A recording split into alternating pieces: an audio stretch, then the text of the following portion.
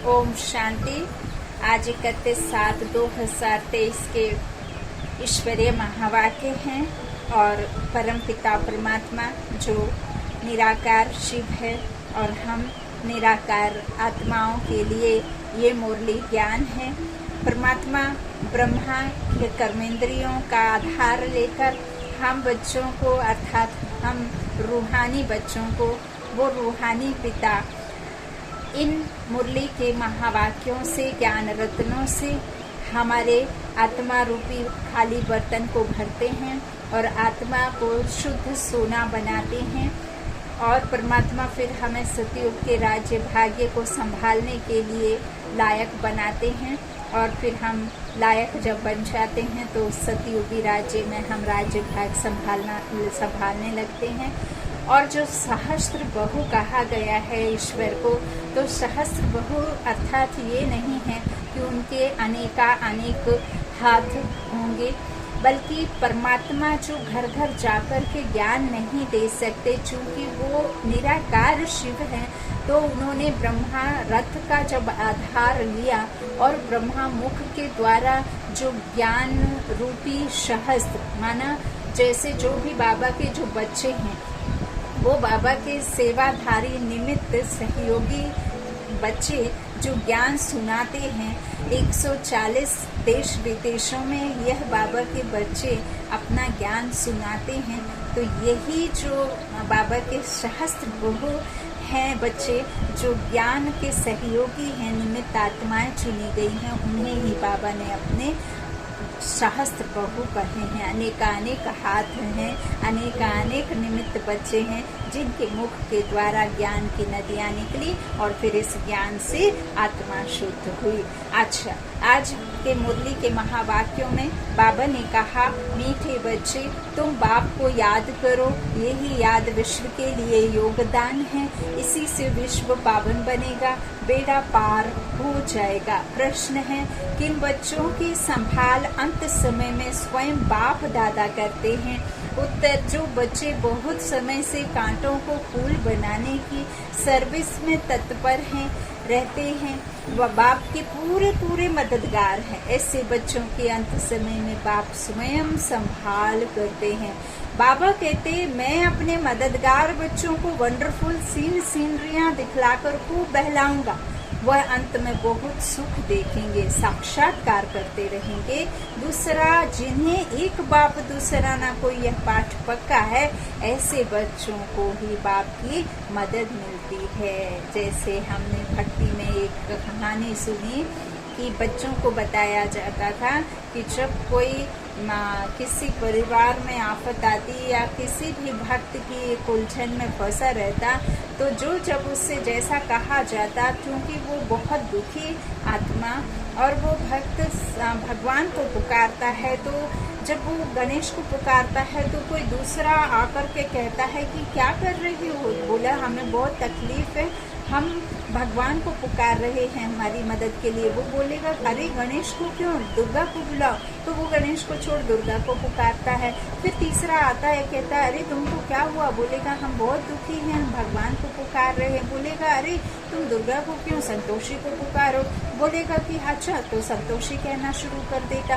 फिर चौथा आता है, वो कहता है हनुमान को बुलाओ। पांचवा आता है, वो कहता है राम को बुलाओ। छठा आता है, वो बोलता है कि अपने जो दूसरे देवता हैं उनको बुलाओ। फिर वो ऐसे काली को बुलाओ, इसको बुलाओ, उसको बुलाओ। तो फिर वो जो आत्मा है, मनुष्य जो दुखी आत्मा है, वो तो ठीक है, वो सबके कहने पर करता है, लेकिन चूंकि मंदिर में इतने सारे देवी देवता हैं, अब वो कहता है कृष्ण, शायद कृष्ण चला जाए, कोई सोचता है चाहे गणेश चला जाए, कोई कहेगा शायद हनुमान जा रहा होगा, कोई सोचेगा दुर्गा जा रही होगी। ऐसे करके वो कोई भी नहीं आता है। तो परमात्मा क्या कह रहे हैं कि अगर आप अनेक से रखेंगे अपना रिश्ता, तो आपके काम में एक भी नहीं आएगा। और जो हमने ज्ञान में जाना कि एक सत्य पिता और दूसरा ना कोई, तो फिर हम एक में ही पक्का पाठ करना है, एक को ही याद करना है, दूसरा ना कोई। अच्छा, आज का गीत है प्रीतम आन मिलो।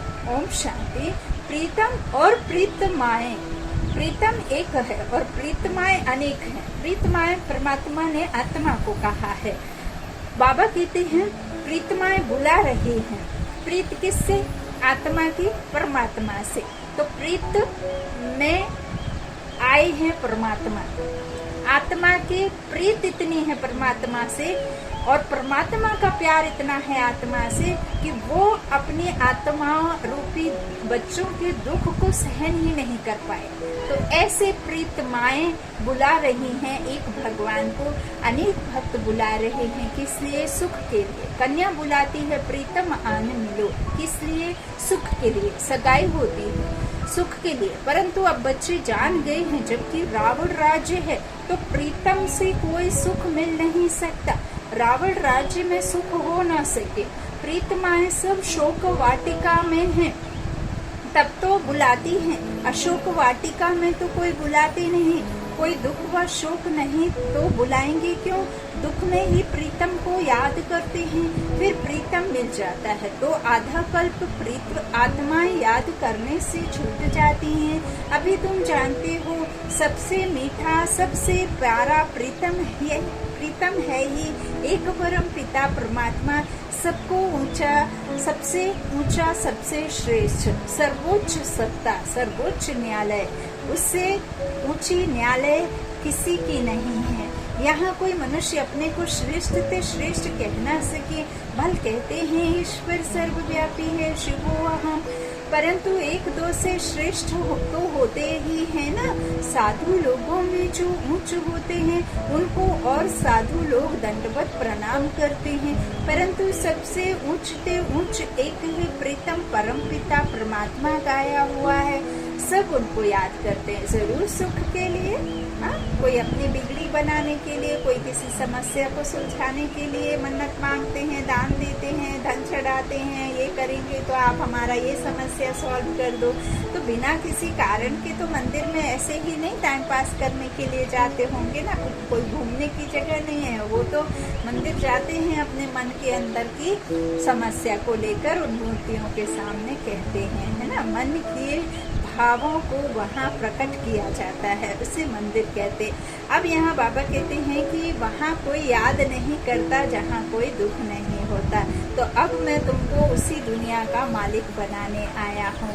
तो बाप कहते हैं जरूर सुख के लिए ही याद करते। जब बहुत दुख होता है तो बहुत प्रीत आत्माएं याद करती हैं। अभी बच्चों को इतना दुख का अनुभव नहीं है। अनुज तो बहुत दुख आने वाला है, जिसको बुलाया जाता है वह आएंगे तो जरूर ना। तो बाप भी आते हैं। बाप को बनने से एक सेकंड में सुख का वर्षा मिल जाता है। बच्चों को निश्चय होना चाहिए हमने बाप की गोद ली है तो सेकंड में जीवन मुक्ति मिली है। बच्चा पैदा होता है तो गोद में आ जाता है, फिर निश्चय हो जाता है कि यह वारिस है, यह भी बेहद का बाप है। अब अच्छी रीति इनको पहचान लेते हैं। बाबा कहते हैं पहचान में कोई तकलीफ नहीं है। बच्चे बहुत हैं, गाया जाता है संशोष फादर, तो किसको कहने की दरकार नहीं। ढेर के ढेर ब्रह्मा कुमार कुमारियां हैं, इतने ढेर बच्चे सिवाय ईश्वर के और किसको होते नहीं। श्री कृष्ण तो दैवी गुणों वाला मनुष्य है। मनुष्य को इतने बच्चे हो नहीं सकते। मनुष्य को हजारों लाखों बच्चे होंगे क्या? नहीं होंगे ना। हो सकते हैं, संभव है नहीं, लेकिन उस परमात्मा के बच्चे बहुत ढेर हैं। बाबा कहते हैं तुम जानते हो हम शिव बाबा के बच्चे हैं। तुम कह सकते हो कोई भी मनुष्य को इतने बच्चे होते नहीं। कितने ब्रह्मा कुमार कुमारियां हैं। गायन तो है ना प्रजापिता ब्रह्मा का याद करते हैं त्रिकालदर्शी परमात्मा को। भगवान को ही इतने बच्चे हो सकते, तो वह निराकार जब साकार में आए तब तो अडॉप्ट करे। बाबा कहते हैं शरीर ना हो तो गोद कैसे ले। तुम ईश्वर के गोद में आए हो, जानते हो वही प्रीतम है, सबसे मीठा सबसे प्यारा है। प्यार करने वाले को प्रीतम कहा जाता है। तुम जानते हो हमारा ऊंचा प्रीतम वह है, और जो नफरत करता है उसे दुश्मन कहा जाता है। तो दुश्मन कौन है? 5 विकार। और प्रीतम कौन है? वो है परमात्मा, सुख का सागर, है ना। तो बाबा कहते हैं सबसे ऊंचा, जिससे हम प्रीतमाओं को स्वर्ग के सुख घनेरे मिलते हैं, उनके सम्मुख बैठे हैं। भक्ति मार्ग में गाते भी हैं, राम का नाम लेने से मनुष्य पार हो जाते हैं, इसलिए राम राम बहुत कहते हैं। जैसे गंगा नदी को पतित पावनी समझते हैं, मनुष्य वहाँ जाकर पत्ते पर दीवा जलाते हैं। जैसे श्री कृष्ण को पत्ते पर सागर में अंगूठा चूसता हुआ दिखाते हैं, यह फिर दीवा जलाकर पत्ते पर रखते हैं। आत्मा भी दीपक है, मनुष्यों को तो पूरा ज्ञान नहीं है, उन्हों के लिए तो जैसे एक रस्म हो गई है। दीवा जलाकर कहते हैं आत्मा पार हो जाएगी। परमपिता परमात्मा को तो खिवैया कहा जाता है, विषय सागर से पार ले जाते हैं। उन्होंने अक्षर सुनकर एक रस्म बना दी है, खेवनहार कहा जाता है ना खिवैया, तो उसके हाथ में है हमारी पतवार है।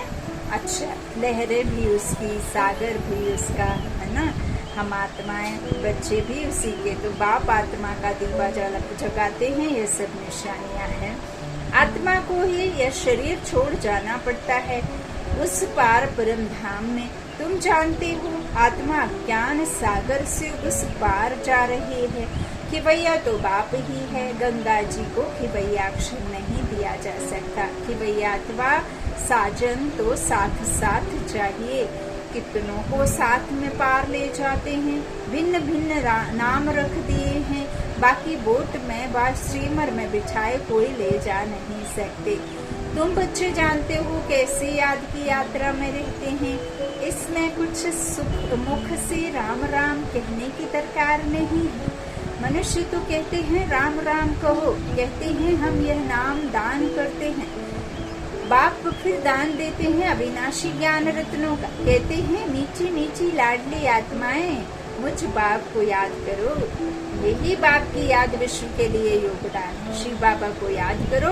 वास्तव में राम भी परम पिता परमात्मा को कहते हैं, परंतु फिर रघुपति राघव राजा राम कह देते हैं। तुम बच्चों ने अब ड्रामा को जाना है, स्वर्ग से लेकर के तुमको सब मालूम है कौन कौन आया है, फिर कैसे फिर आएंगे। जो कुछ होता है और होता आया है वह सब ड्रामा में नूंद है। यह भोग आदि लगाया जाता है, यह सब ड्रामा में नूंद है, नई कोई बात नहीं। तुम साक्षी हो, देखते हो, हर एक एक्टर है, जानते हैं वह अपना पार्ट बजाए वापस जाते हैं खुशी से। मनुष्य कहते हैं मरा तो स्वर्गवासी हुआ। तुम जानते हो हम स्वर्गवासी बनने के लिए पुरुषार्थ करते हैं। मनुष्य काशीवास करते हैं ना, गंगा जी के किनारे पर बैठते हैं। शिव का तो मंदिर है, शिव की याद में सदैव रहते हैं। गंगा की भी महिमा करते हैं, शिव की भी महिमा करते हैं। गंगा में कोई काशी कलवट नहीं खाते, बरोबर पतित पावन तो शिव ही है। बाबा कहते यह भेद है। शिव का मंदिर है, आगे एक कुएं में शिव पर बलि चढ़ते थे। तुम बनारस वालों को अच्छी रीति ज्ञान दे सकते हो, बोलो। तुम यहाँ बैठे हो, गंगा का कंठा भी है, शिव का मंदिर भी है, फिर तुम शिव पर बलि क्यों चढ़ते हो? शिव पतित पावन है व गंगा, वास्तव में पतित पावन तो शिव ही है। भगवान के पास ही बलि चढ़ते हैं। भगवान पतित थोड़े ही हो सकते हैं। हाँ, बाबा क्या कह रहे हैं? कौन? भगवान पर बलि थोड़े ही चढ़ेंगे? हाँ, यह तो हो नहीं सकता। ऐसे नहीं, हम भी भगवान, तुम भी भगवान पतित थोड़े ही हो सकता है। जो गंगा पर स्नान करने जाते हैं, सर्वव्यापी के ज्ञान को तुम झट उड़ा सकते हो। पतित पावन शिव है, यह सिद्ध कर बताना है। बच्चों को पॉइंट दी जाती हैं समझाने लिए। काशी में समझाना सबसे सहज और अच्छा है। शिव का मंदिर है तो जरूर कभी आया है। शिव को हमेशा बाबा कहा जाता है, उनको अपना शरीर कभी मिलता नहीं। ऐसे तो शिव राम बहुत बच्चों के हैं, अथवा श्री कृष्ण ही लाखों के नाम है ना, नाम होंगे, परंतु वह श्री कृष्ण तो सतयुग में था ना। श्री कृष्ण के भक्त श्री कृष्ण की मूर्ति उठाए पूजा करेंगे, मनुष्य की तो नहीं करेंगे, तो सिद्ध होता है श्री कृष्ण सतयुग में होता है। मनुष्यों को पता नहीं है राधे कृष्ण कौन है, उन्होंने कब राजाई की है, यह बाप बैठ समझाते हैं। तुम हो स्व दर्शन चक्रधारी, खुद का दर्शन कर रहे हो परमात्मा की श्रीमत पर, तो विषय विष्णु के ऊपर यह स्व दर्शन चक्रधारी नाम कैसे पड़ा, क्या किया, यह तो कोई समझा नहीं सकते हैं। बाप तो है निराकार, विष्णु को इतने हथियार कहाँ से आए, कोई जानते नहीं। हम समझते हैं यह सब ड्रामा में न्यूज है। भक्ति मार्ग में भी जिन्होंने चित्र बनवाए हैं वही बनाएंगे, सब बना बनाया खेल है। आधा कल्प भक्ति, आधा कल्प ज्ञान मार्ग चलता है। इन बातों को तुम जानते हो, तुमको ही मजा आता होगा। जो सच्ची सच्ची प्रीतमाएं हैं वह प्रीतम तो झूठा है, झूठी और सच्ची चीज में फर्क तो है ना। झूठा प्रीतम और सच्चा प्रीतम, पत्नी पति को प्यारा कहती है ना। अभी तुम जानते हो हम प्रीतमाओं को कैसा मीठा प्रीतम मिला है, उनको प्रीतम भी कहते हैं तो बाप भी कहते हैं। बाप का भी प्यार होता है, बाप से फिर भी वर्षा मिलता है, प्रीतम से प्रीतमाओं को कोई वर्षा नहीं मिलता। अपने को प्रीतमा समझने से भी, बच्चा समझने से वर्षे की टेस्ट आती है। शिव को हमेशा बाबा कहते हैं। शिव बाबा के शिव बाबा को शिवपति कभी नहीं कहेंगे। अभी तुमको कोई शिव का नाम नहीं जपना है, सिर्फ बाबा को याद करो। बच्चे आते हैं तो पूछा जाता है कब ईश्वर के बने। बच्चा जब तक ना बने तब तक वर्षा मिल ना सके। माता पिता है तो सम्मुख मिलना है, निश्चय किया मिले नहीं और मर गया तो वर्षा नहीं मिल सकता। ऐसे बहुत हैं जो वर्षा नहीं पाते, प्रजा में चले जाते। बाप कहते हैं निश्चय हो गया यह वही माता पिता है तो सम्मुख आना पड़े। फिर सर्विस का आसमान बनाना है।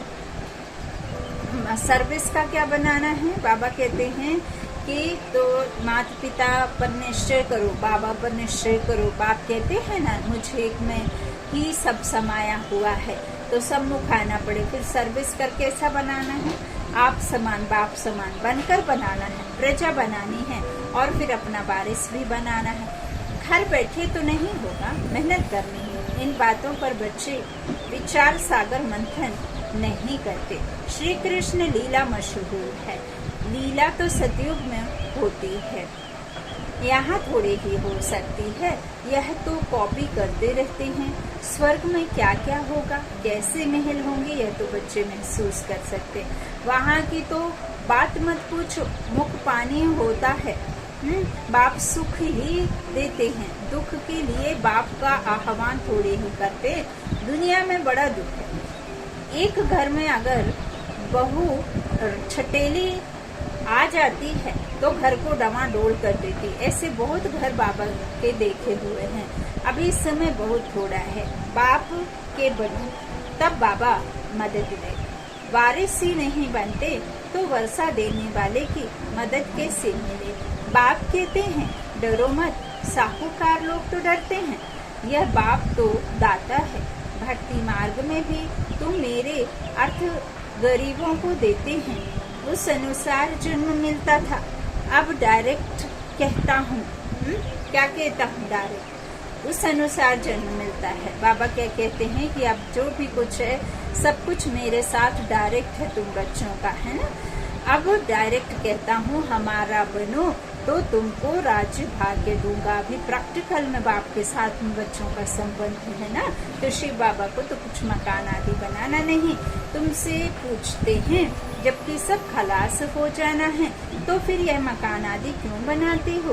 अरे तब रहे कहाँ, पिछाड़ी में भी आकर बच्चों को रहना है। तुम पिछाड़ी में बहुत सीनरियाँ देखेंगे, बहुत खुशी में रहेंगे। जितना नजदीक समय आता जाएगा बाबा द्वारा बहुत साक्षात्कार होते रहेंगे। जो मददगार हो जाएंगे वह पिछाड़ी में बहुत सुख देखेंगे, दुख के समय बहुत सुख देखेंगे, वह वंडरफुल सुख है। पाकिस्तान में भी तुम मौज में बैठे थे, बैकुंठ में कैसे स्वयंवर होते हैं, लक्ष्मी नारायण का कैसे राज्य चलता है, सब बाबा साक्षात्कार कराते थे। तुम बहुत देखेंगे अगर शिव बाबा की मत पर कांटों को फूल बनाने में मदद करते रहेंगे। तो कहा जाता है हिम्मते मर्दा मदद खुदा, हिम्मते मर्दा मदद खुदा। ऐसे प्रीतम को तो बहुत याद करना चाहिए। दुनिया थोड़े ही जानती है, इतने ढेर बच्चे हैं तो जरूर उनका माता पिता होगा ना, जिससे सुख घनेरे मिलते हैं। यह महिमा कोई लौकिक माँ बाप की थोड़े ही है, वो तो है ही बापों का बाप, माँ का माँ है, तो माता पिता। अच्छा, तो बाबा कहते हैं इस तरह से तुम प्रैक्टिकल देखते हो, इतने ढेर बच्चे हैं, क्रिएटर गॉड फादर है, क्रिएट करेंगे तो अडॉप्ट करेंगे ना, किस द्वारा?